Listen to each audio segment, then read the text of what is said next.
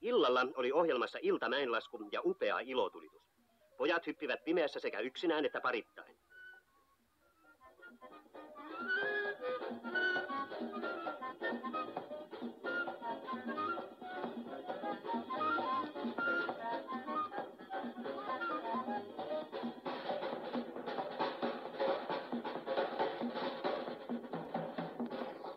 Ilotulituksessa Lahden hiihtoseura präiski raketteja taivaalle 1 000 000 markan edestä.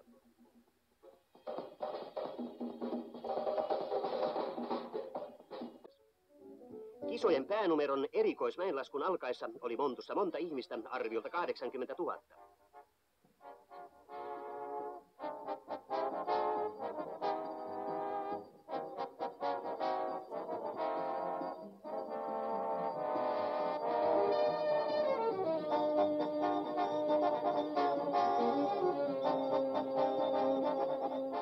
Diplomaattikunta oli vahvasti edustettuna.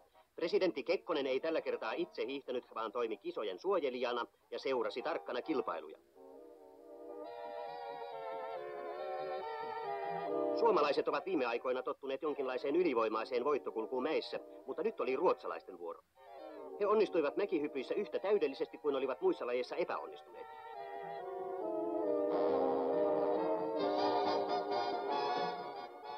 Ensimmäisen kierroksen jälkeen olivat kärjessä Ruotsin Holger Karlsson ja Bengt Eriksson sekä Lahden Kalevi Kärkinen. Pisteitä oli kaikilla 312,5.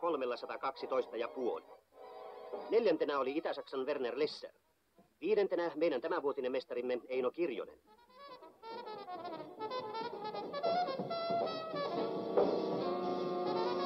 Toisella kierroksella putosi Lesser pelistä voimattomalla 65 metrin hypyllä. Hemmo Silvennoinen hyppäsi erinomaisesti ja nosti osakkeitaan. Kärkinen ja Karlsson hyppäsivät peräkkäin ja yhtä hyvin.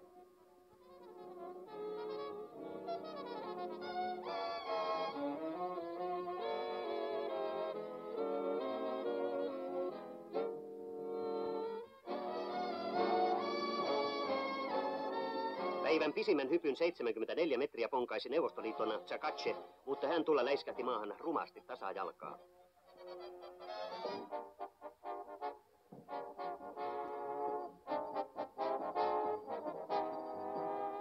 Kirjonen ahnehti pituutta peräti 77 metriä, mutta kaatui Montussa. Lähes 100 000 ihmistä huokaisi pettymyksestä.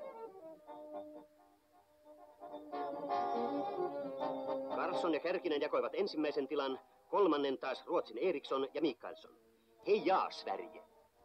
Salpausselän tämänvuotiset kisat olivat kenraaliharjoitus ensi vuoden maailmanmestaruushiihtoja varten. Lahden hiihtoseura voi olla tyytyväinen. Tervetuloa ensi vuonnakin selälle.